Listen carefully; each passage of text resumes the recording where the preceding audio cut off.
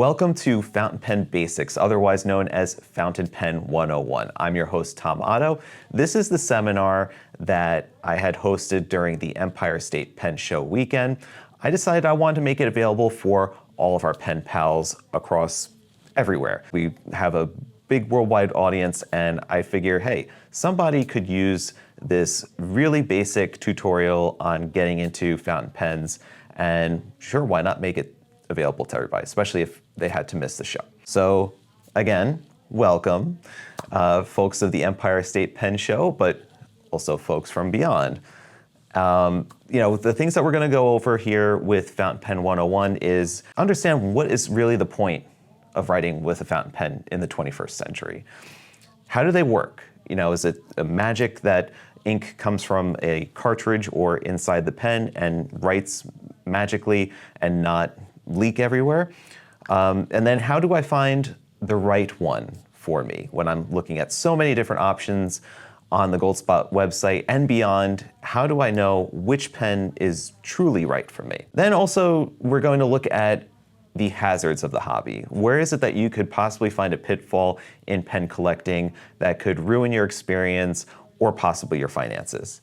And then, speaking of finances, we're going to also look at Grail Pens. What is a Grail Pen and why would I want one? If you have any questions, obviously you can't ask them in the live Q&A that happened after the seminar, so you can leave them down in the comments below and I'll answer them. So first, a little introduction as to who I am. If people are familiar with the channel will have seen me plenty of times, but just in case you're new, let's go over who am I and am I going to sell you more expensive pens? My name is Tom Otto, obviously. I've been 19 years in the pen industry. I create, obviously, content for YouTube, TikTok, social media, email newsletters, a lot of different things related to Goldspot. I'm also a collaborative project manager, so when it comes to a lot of the exclusive designs that you may see from the Goldspot website, where it's a Goldspot exclusive, I'll work with artists, I'll work with the manufacturers, work with distributors to make these visions come to life. And then I'm also the designated pen tester. So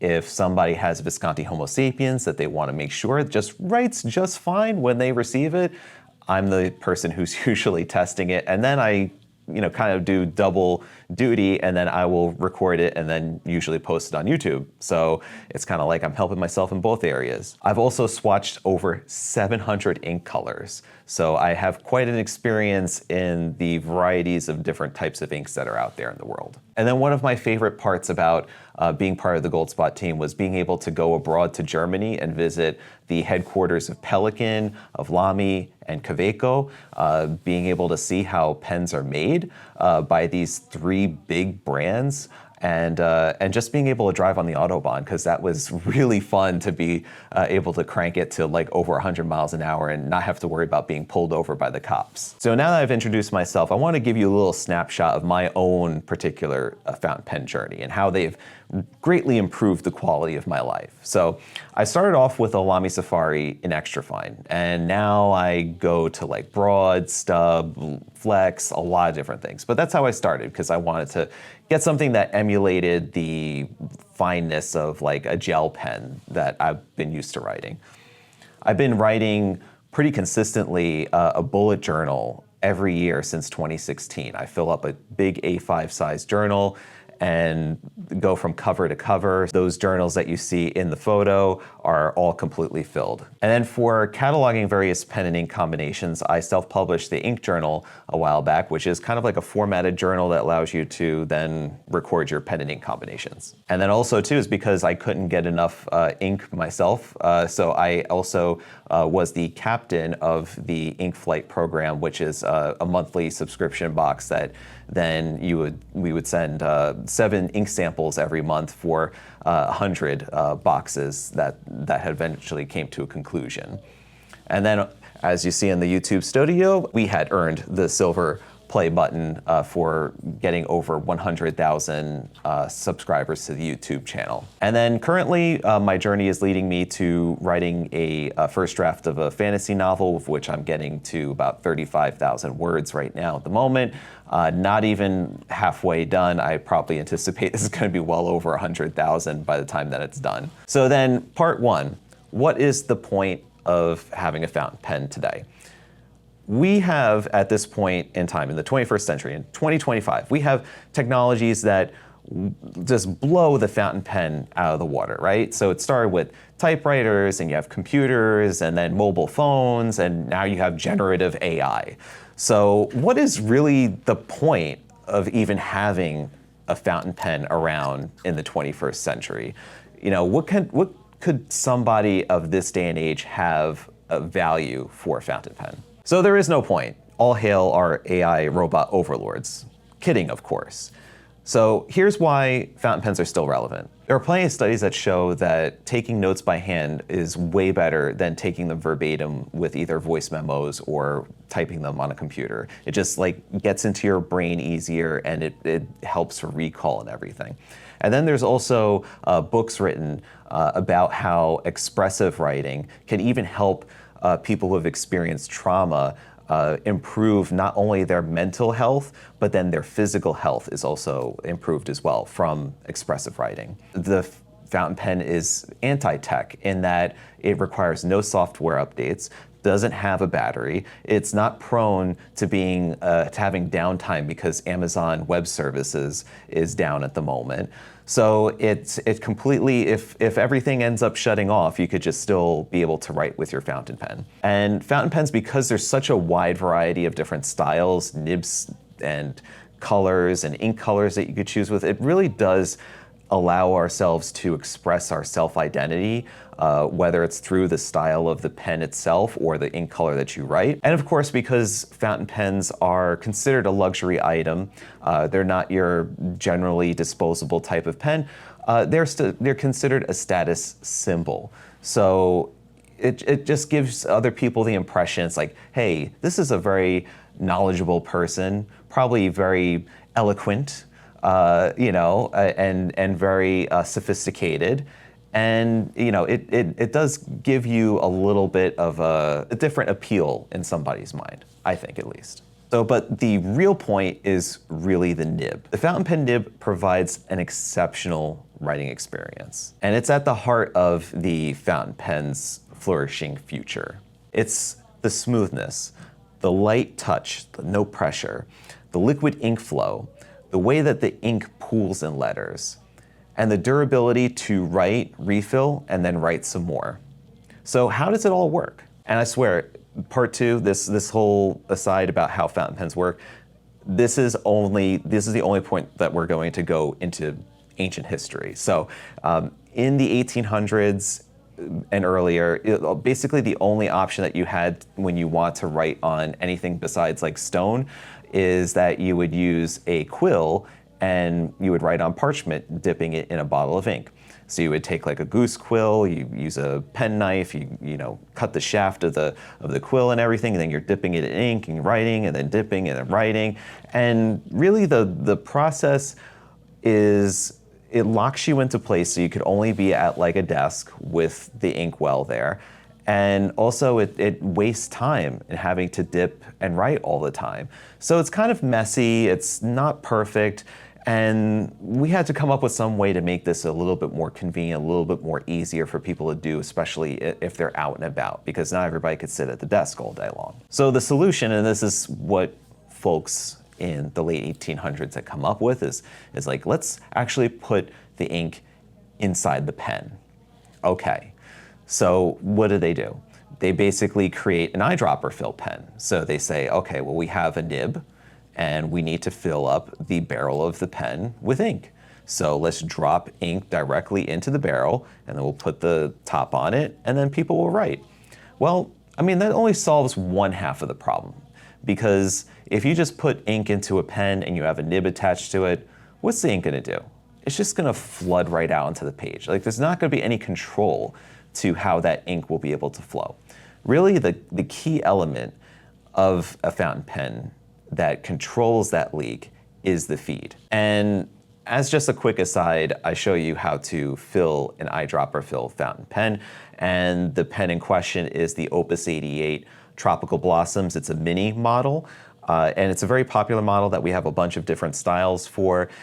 Basically, the idea is take the eyedropper, fill it with bottled ink, drop it directly into the barrel, And the Opus 88 Mini has a little bit more sophistication to it because it has a shutoff valve that then allows you to then physically shut off the flow of ink from the reservoir to the feed, just in case you're outside, you're traveling, you're on a plane and things like that, and you're a little bit nervous that the rest of the ink in the barrel could possibly flood out of the pen because of pressure changes or heat changes. And we'll get to that in the pitfalls category of the presentation. So we are filling an eyedropper fill fountain pen, but then how does the ink then know how to get to the tip? And that's through the feed. So the fountain pen is essentially a controlled leak. I think Richard Binder was quoted once in saying that for National Geographic. And in the video that I show, the nib is submerged in a bottle of ink, and you see clearly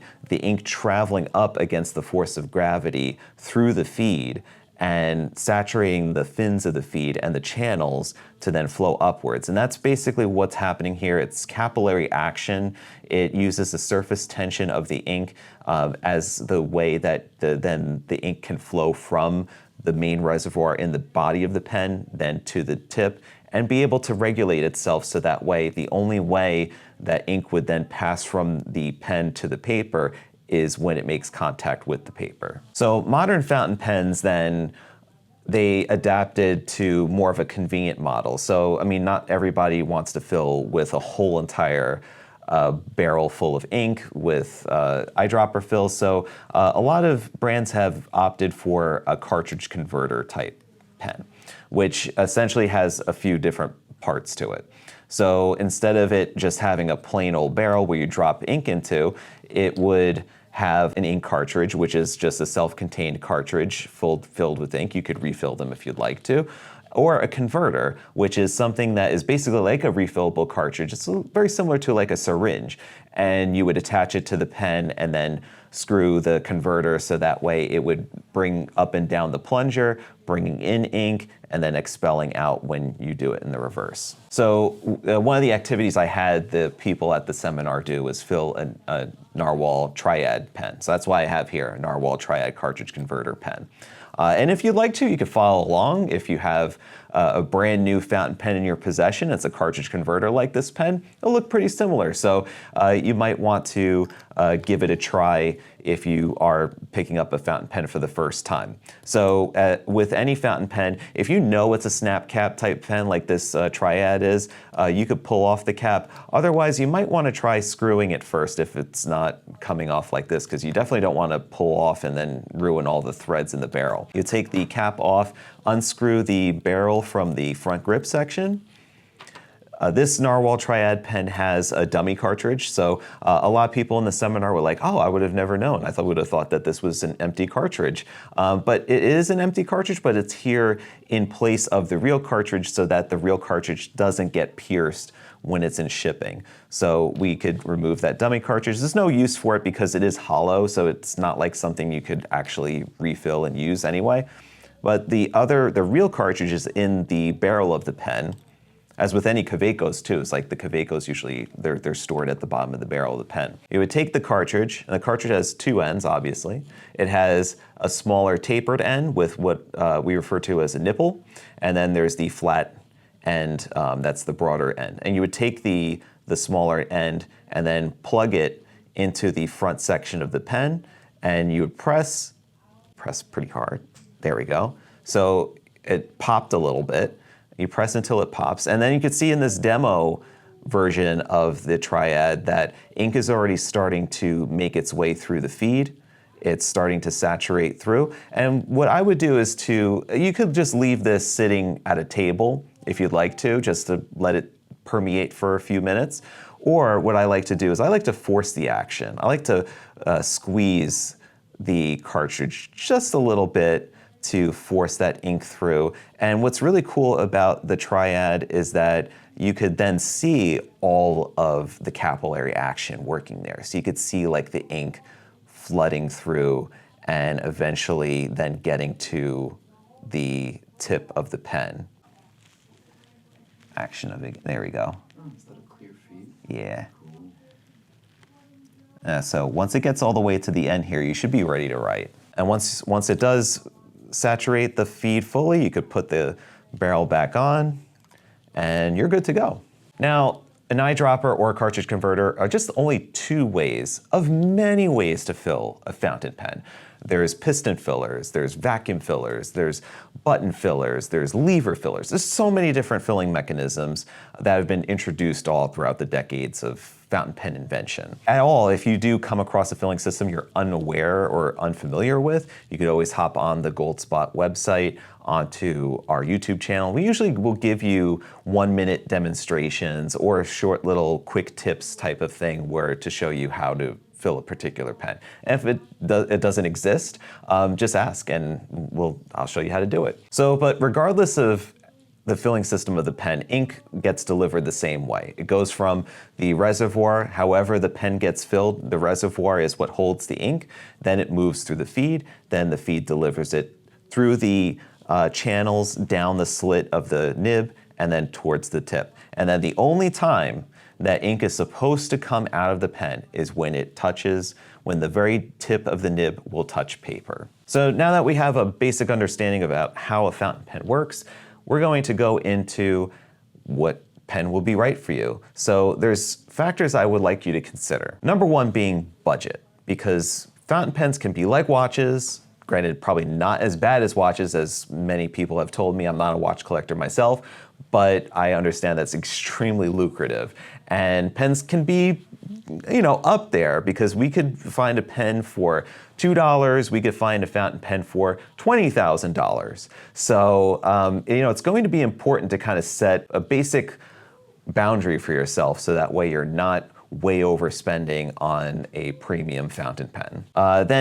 Next I would say is most important is style, because there are so many different styles of fountain pens available. You can find one that is going to match your taste in clothing or in aesthetics or a particular theme that you're excited about. So there's a lot to understand there. And then of course reliability, because you want to be able to put money safely into spending on a nice pen and then feel that it's going to last you a long time. It's not going to give you problems over time. Then, of course, writing experience is the number one reason why you would want to go to a fountain pen.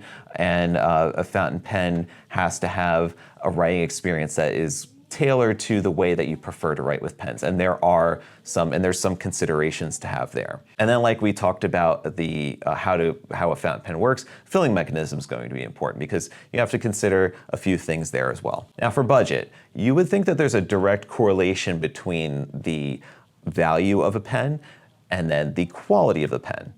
There isn't. The prices of pens can escalate quickly. As it shows on this graph, we go from a Platinum Preppy, which on the low end is $7, and then you have something like the limited edition Visconti Maze, which is $4,700. And that pen has a crazy, a clear acrylic barrel with a machined maze that goes all the way around the barrel, and that you can actually have the little ball. You could make the ball go through the maze and then solve really, is that necessary? But I mean, for some people it is, because that's what they wanted in a limited edition, is something that's just wild and out there and one of a kind. But to understand what you're paying for, let's get an idea of what influences a pen's cost. And I would say that number one on the influence list is the brand of the pen, because a pen that's made by Montblanc can be very different in price than one that's made by Sailor. And then another thing to consider are the elements that are done by hand, because you could go from a Pelikan, M1000 for example, is a very expensive pen to begin with. It's considered to be like a Grail pen status. But then on top of that, they do limited editions, which are very, very small numbers that are done. And they send them to Japan to get makie hand decorated so that these artists are working on them for months, decorating the barrels of these pens. And the price then jumps quite considerably in magnitudes of at least 5 to 10 times the amount that you would normally see a standard M1000 that isn't decorated for. Then consider the materials too, because pens are made from everything from injection mold plastic to celluloids, sterling silver, ebonite, all sorts of different materials go into making fountain pens, and some are more durable, some are more precious, and you have to consider that in terms of the price as well. Then the size of the nib as well as the material, because on the low end, fountain pens are made with stainless steel nibs, iridium tip, and then on the high end, you have pens that are made with solid gold nibs, also with iridium tips. And then some of them are number 5 size, like this one would be, and then some of them are number 6, which are a bit bigger. Then you have the really big ones, which are number 8. So if you're talking a number 8 14 karat gold nib, it uses quite a bit of gold. So it's going to be much more expensive. Then the limited edition thing. So certain pens, they're completely limited edition. The fact that there's such a small amount of them made in a particular color, particular style, or is done for a certain celebration, that they carry a little bit more value than just the everyday pen that's available every year. And then the filling mechanism, because usually cartridge converters are on the lower end of the price spectrum, and then ones that are piston fill or vacuum fill tend to be a little bit more on the higher end. Then consider aesthetics. You know, aesthetics are highly subjective. So it's, they say beauty is in the eye of the beholder. To understand though that pens do come in a wide range of different types of aesthetics. So you first have a modern, so like a Lamy 2000, for example, versus a vintage aesthetic, which I show a Pilot Custom 823. So a little bit more of a vintage sort of vibe about it. Then you have a different scale, I would say a different range of conservative, which is exemplified by an Esterbrook SD that's in the Raven Black, which is like an all stealthy black finish. So like a typical black and gold pen, like something like a Mont Blanc Meisterstück is considered to be extremely like formal looking, conservative looking. And then you have the other end, which is way over the top opulent, like a Benu Euphoria in a pink champagne, which is our exclusive design, with so many different sparkles and colorful holographic pieces that are in it. And of course, it's not just limited by the style. You could find colors of all sorts of different colors under the rainbow. Then also when you're shopping for a pen, reliability is a huge thing, because for the most part, I would hope that you would expect a pen to last pretty much a lifetime. I mean, a starter pen, maybe a few decades, especially if you use it constantly and it's being toted around with you and getting banged around your bag and everything. That could be something that may not last a lifetime. But for example, I have a vintage Parker Vacuumatic that is well over 80 years old, still kicking and writing today. So you would hope that the pens that you purchase will last you multiple decades and you're not having to go and replace parts or filling mechanisms and things like that maybe after a few years of service. Yet the reality of today is that most manufacturers will offer just a 1-year warranty usually. There's very rare instances where they will put a lifetime warranty, nor would I necessarily trust it either, because like most companies, it's like there's very rare when pen companies are in business consecutively for like 80 plus years. There's only a very few of them that have like lasted consecutively up until this point in time. Certain ones have gone in and out of business over the years, but to be able to expect that a company is going to be able to like repair and warranty your pen 50, 60 years from now is not very realistic, I feel at least. So when it comes to understanding the reliability of a particular pen, I would definitely lean on reviews, things that you would see on various discussion forums or reviews on Goldspot website. So there's different ways that you could look about it, you could search it, but like I would also take reviews with a grain or two of salt. I would just look for patterns, because one person could have the grumpies that day and have gotten a defective pen, which then gets taken care of, which it happens, okay? It definitely does happen. But if it's a pattern, if it's like a whole bunch of people get that same issue and there's no action on the manufacturer to repair that issue, then that's a problem. So next to consider is writing experience. Huge part of why you would be getting a fountain pen. So there's a few things you have to consider. One is feedback. What kind of texture do you like when you're writing with a pen? Do you like to feel the nib on the paper? Do you like that, like, I call it a scritchiness of, let's say, a sailor nib, where it's kind of feels like a number 2 really sharpened pencil? Or do you prefer the butter smoothness, like butter on glass smoothness, where you could hardly, feel the pen as it's gracing the paper just so eloquently? You have to kind of understand that pens do have a variety of that type of nib range. So there's some that tend to have a little bit more feedback, and then there's others that tend to be a little bit more smoother. So especially if you move through the nib grades, like extra fine, fine, in most brands will tend to be the most feedback-laden nibs. Whereas if you want a little bit smoother nib experience, medium and broad will tend to be the smoothest nib grades within any brand. And then ergonomics is a key consideration because we don't all hold pens all the same way. Our hands are not all shaped and sized the same way. So you have to ask yourself, do I prefer slim, narrow pens that are lightweight? Do I prefer pens that are chunky and very heavy? Do I like pens that post? Do I not want to post my pen? These are factors you want to think about and consider when you try different pens. Also, certain pens have grip sections, like this Narwhal Triad has a ergonomic, sort of like a matte feel, like a kind of a rubberized finish with a contoured tri-grip. So it does feel a bit more secure, especially for a beginner. But some people may opt for metal grip sections, which I know a lot of people are kind of turned off by metal grip sections, which is okay. And then writing experience, line character is a huge thing. I mean, you have so many different nib sizes available. It's not just a monoline that you have to be concerned about. So you could say, I like writing extra fine, I like writing very tiny. Or you could say, I like writing very broadly. So I like to write quickly, so I like a medium or a broad. But then there's also the character of your line. Maybe you like to add a little bit of calligraphic flair. So maybe you want a stub nib, or a flex nib, or an oblique, or a twin nib. Kaweco makes a twin nib too, or an architect nib. So there's a lot of different nib styles to consider, some of which may require customization or a specialty nib, but others, it's just as a matter of I like a stub. 1.1 millimeter stub sounds fun, So that's something to consider as well. And then there are two main factors to consider when picking your filling system of your pen. One is, how much ink do I really like to use? Like how much ink, how many times do I want to fill up my fountain pen?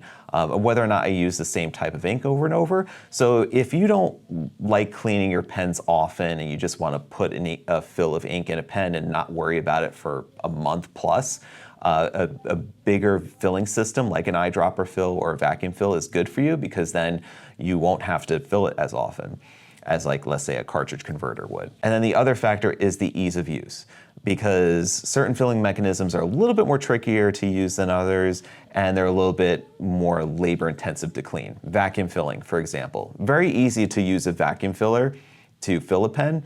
To clean it, on the other hand, it's extremely laborious. It takes a long time. I know from experience myself. Cartridge converters tend to be the easiest, because all you'd have to do is just take apart the section, unplug the cartridge, rinse the nib unit underwater, and you're done. And then with eyedropper fills, all you'd have to do is unscrew the barrel from the front grip section, and then just rinse out the barrel, and you're done. So those are the two key factors to weigh when you're talking about filling systems. I know some vintage filling systems might be a little bit more appealing because they kind of bring you back to those days, but some of them could be a little bit more trouble than they're worth, but just something to consider. So in part 4, we have the hazards of the pen hobby. So these are some pitfalls that you might want to avoid, or just at least think about as you get more into fountain pens. Number 1, I'd say, is getting a dud pen. And what is a dud pen? It's a pen that you get, say, arrives, you open up the package, you're super excited, and something is definitely up with it. The section is cracked, or the nib is misaligned. Things are amiss, and you're not able to get the pen to write. There are problems, and there's definitely a feeling of disappointment that hits when that, because you were waiting for it, you paid a decent amount of money for this really new pen, you're excited to use it, and something's just not right. So what do you do first? First, I just would breathe, just relax.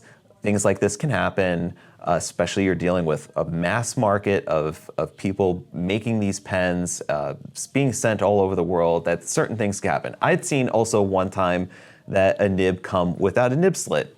I'd seen it. It's crazy to think that something would be missed like that, but it happens. So the next thing that you would do is reach out to the place that you purchased the pen. And sometimes it could be a matter of like, oh, there's this like little simple thing to show you, oh, this pen does this.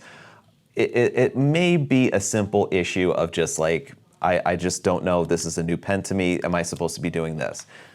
That could be an easy fix. Nothing you'd have to send the pen back and forth to, but if it needs to be done that way, then that's the first person that I would be able to send the pen back to. So the place that you purchased it from may have like a return policy that you would then have to go through and be able to get an exchange or something done that way. But then if that doesn't work, or if it might be outside of the return period, then contacting the manufacturer would be the next step. And usually they would have some sort of way to remedy the situation, either with advice or with a new pen. And then if all else fails, you could check with your credit card company to see if you might be able to file a chargeback with. I really wouldn't recommend it unless like you are being stonewalled from all sides and you're just not getting anywhere and you still have a dud pen. So inky accidents can be daunting for people, especially if you're new to the hobby. However, I just want to assure you that having some ink on your fingers is kind of considered to be a badge of honor within the community. And it does happen. It happens. It even happened to me one of the seminars. I was showing that like, hey, I was filling a pen at the table and oh look, I got ink on my fingers. It happens. So to avoid though, like, the really unpleasant stuff is when you start to get ink on like everywhere else, like your table stained, like carpet, clothes and things like that. So we want to avoid getting ink everywhere and to try to minimize the inky escapades that could possibly happen. And one of the things that we would do is whenever you're not using your fountain pen is to cap it when not in use. And then you also want to fill your fountain pens on a flat, stable surface. Do not keep your bottles of ink within arm's reach of small children or within reach of mischievous cats or on the very edge, teetering off the edge of a table. And then whenever you are filling a fountain pen, whenever you are accessing the ink, generally like a cartridge is not going to really give me much of an issue, but if I was filling with a converter or other filling systems, I would put down a piece of paper towel here. That's how I kept this desk so decently clean over the years.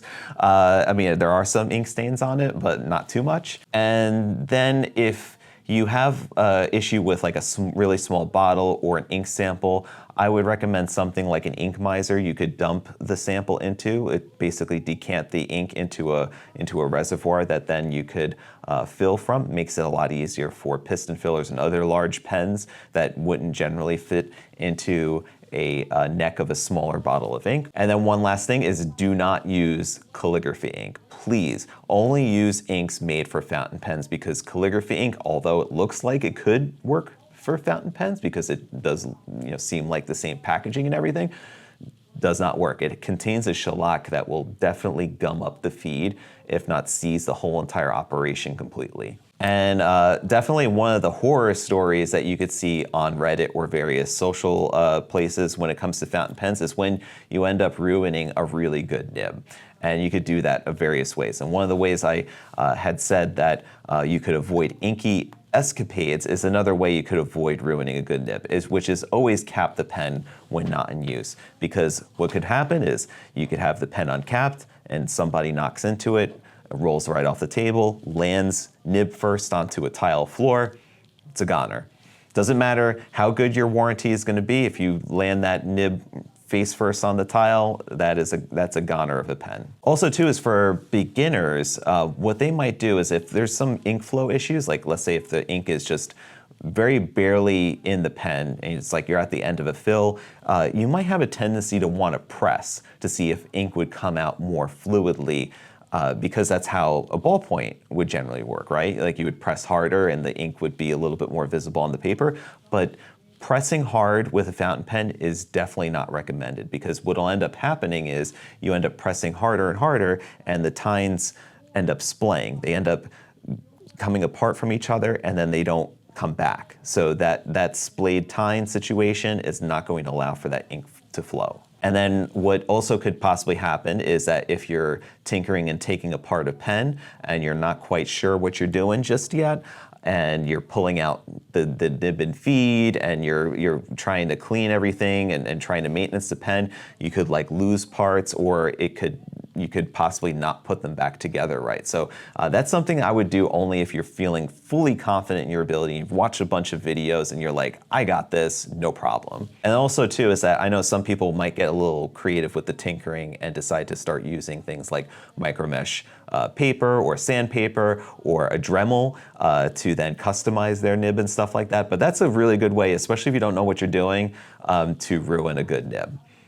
And then of course, like I mentioned before in the ink section, do not use calligraphy inks. That will be also a good way to ruin a good nib. And to give yourself some knowledge about how to then repair a nib if it has some issues, you could reference a huge community online, especially on YouTube. There's a lot of videos from people like SBRE Brown, JJ Lax, Doodlebud, who have great how-to videos on tuning nibs, fixing nibs, for adjusting for flow, for scratchiness and things like that. So it's a great resources that are out there. I generally tend to not to post this sort of information out there because as a representative of Goldspot Pens of a company, especially if somebody decides to do something like that to their nib and then they come back to me and they're like, hey, you told me to do this with my nib and now it's broken. It's like, yeah, that's something that we generally try to avoid. So if the option is available and you're not comfortable with doing nib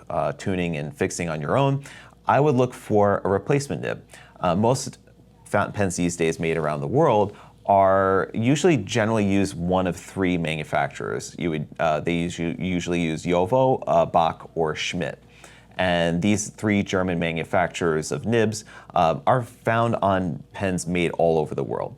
So if your nib is a Schmidt or a Jowo, number 6 is usually a very popular size. You could find nib replacements available from various brands. And then last but not least, and this is a route that I might take if, like, let's say things are just slightly off with my nib, I would contact a nibmeister.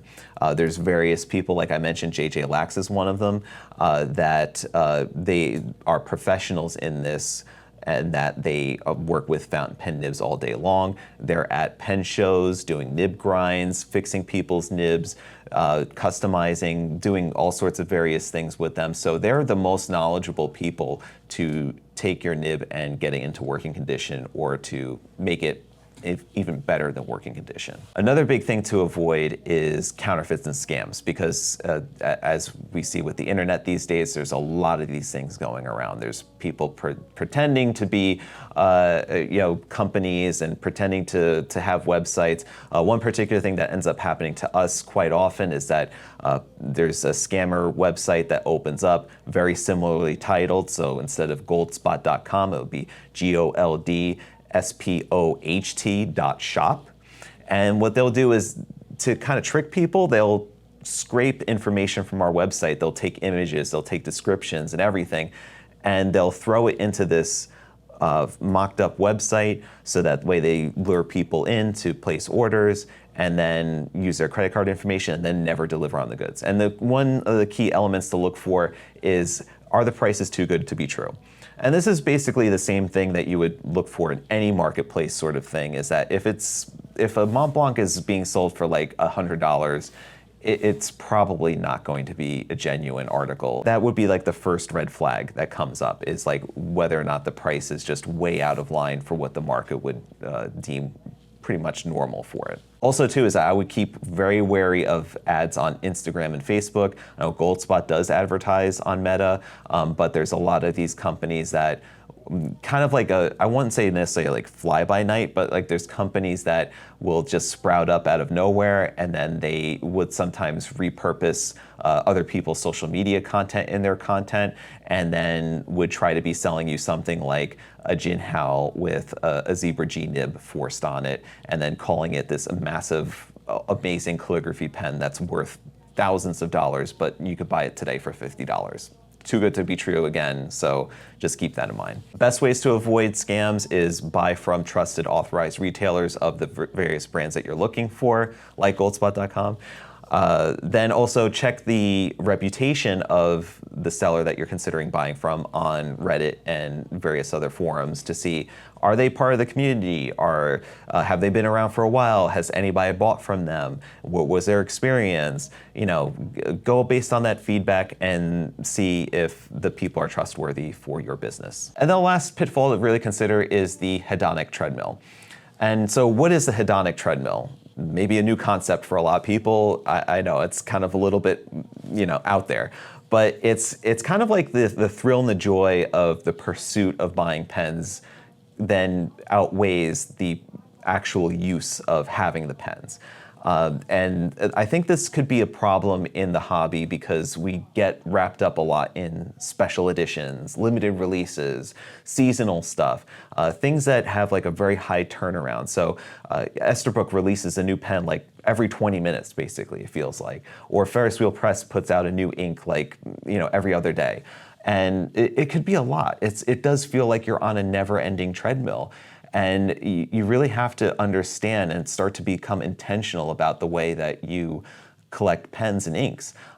You have to say to yourself, how is this going to meet with what I want out of this hobby? So getting off the hedonic treadmill involves slowing down and really enjoying the process of writing with your pens. Find joy in using them daily. Write with them, draw with them, take notes with them, write lists, shopping lists, whatever you can do with them to really fully enjoy the actual act of owning one. And then, like I said, be intentional. Understand like what each pen does for you in your collection and whether or not you have an opening for a new pen that would then meet some need that you would need to use a pen for. So part 5, last part, we're going to talk about Grail Pens. And Grail Pens, as I had defined in the funny graphic that pops up here, is mythical writing instrument of immense beauty, questionable availability, and wallet-destroying power. Rumored to bring eternal writing satisfaction, but often just leads to the next obsession. There are poor choices in Grail Pens. And like we said with the hedonic treadmill, there could be a bad idea when it comes to finding a Grail pen. If it leads to crippling debt or strife with your partner, then it's probably not a good idea. If you're making the purchase on a whim, let's say if you were hanging out in the backyard and you were having cocktails and you were out in the sun all day and you decided, I just scrolled and saw this Instagram post of this new beautiful pen that just got released, I'm gonna buy it. Might not be the greatest idea. Might be under the influence. Then also too is like the group mentality. If you get a Grail pen, if you want a Grail pen just because everybody else says that it's a Grail pen that you need to get, then it's probably not, the best thing for you because it really is a personal selection when it comes to writing instruments. And then of course, like we said with the hedonic treadmill, if you're just getting a Grail pen just for the thrill of the hunt, of like looking for the next great shiny thing, probably not the greatest idea. But there are wise choices to make when you decide on a Grail pen. So a Grail pen could be a great idea if you were super intentional about it. If you said, set aside, $50 a week, or like you set aside a certain budget for it starting months ago or years ago, and you said, this is what it's for. I'm going to save up, I'm going to get this particular pen because this is what it's going to fill in my collection. You've given so much thought and you've done your homework about it. You've researched the different nib sizes. You've researched the different types of finishes available. You've read reviews about how other people have written with the pen. You've maybe watched a few YouTube unboxings and reviews to get your impressions of it. So-and-so is writing with this pen and has a similar hand size or has a similar preference to pens that have a great posting cap that I like.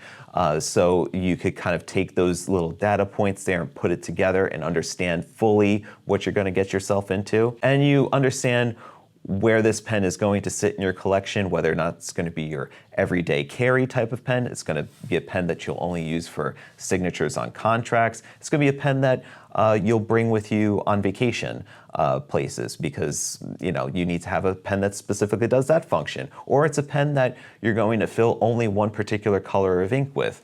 And that's perfectly fine, but it fills a certain need in your collection. So common Grail pens, like I show in the photo, you have like the Visconti Homo sapiens, you have a Namiki Emperor, you have the Pelikan M1000 or Sailor King of Pen, Leonardo Momento Zero Grande is another example. So it's not limited just to that. It could be basically anything. It just is reliant on the idea that this is something that is precious to you.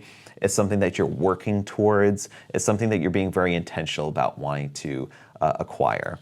And do you really need to have one in mind? Do you need to have like a wish list of pens, a wish list of Grail pens? It's like, no, you could be perfectly happy with the pens that you currently have, if you have them.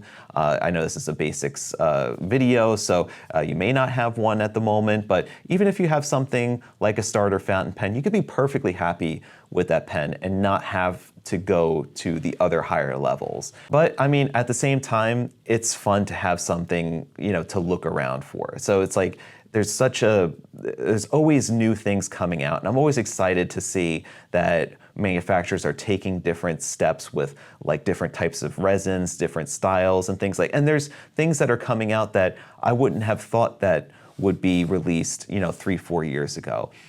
For example, one thing that comes to mind is there's that Joma material, which kind of looks like dragon skin. It looks like so wild, and to think that is something that just kind of seems like it randomly came out in the last couple of years, and seeing different pen makers use that material, it just looks really cool. So, kind of leaving yourself open to the idea that there could be a Grail pen in the future that you just don't even know what it is yet. You don't even know what it looks like yet. But just kind of like leaving it open is just a very interesting thing. And I think gives the pen hobby a little bit of that unexpected joy that when something does arrive that perfectly hits your aesthetics and checks all the boxes for you. So congratulations. If I had a diploma, I would be giving it to you because now you have graduated the Fountain Pen 101 course. So now you know what purpose pens serve in the 21st century, how they work, how to find the right one for you, how to avoid various pitfalls in this hobby, and then also how to consider what pen would be your Grail pen if you need one at all. So if you are going around the Goldspot website and you have any questions, you could always feel free to message me. But like I said at the beginning, you have any other questions you'd like to answer, have me answer, you could just put them in the comments below. And also feel free to use the Goldspot YouTube channel as a resource. We have thousands of videos, I think thousands maybe at this point. Maybe it's like low thousands. But we have a lot of videos for you to look through, things that have me still with hair on them. So definitely check those out and, like I said, put any questions in the comments below. So I appreciate you tuning in and sitting down for this very intimate one-on-one Fountain Pen 101 seminar. And, I do hope that you hang around, subscribe, and I hope to see you again. So thank you and stay inky, my friends. Take care.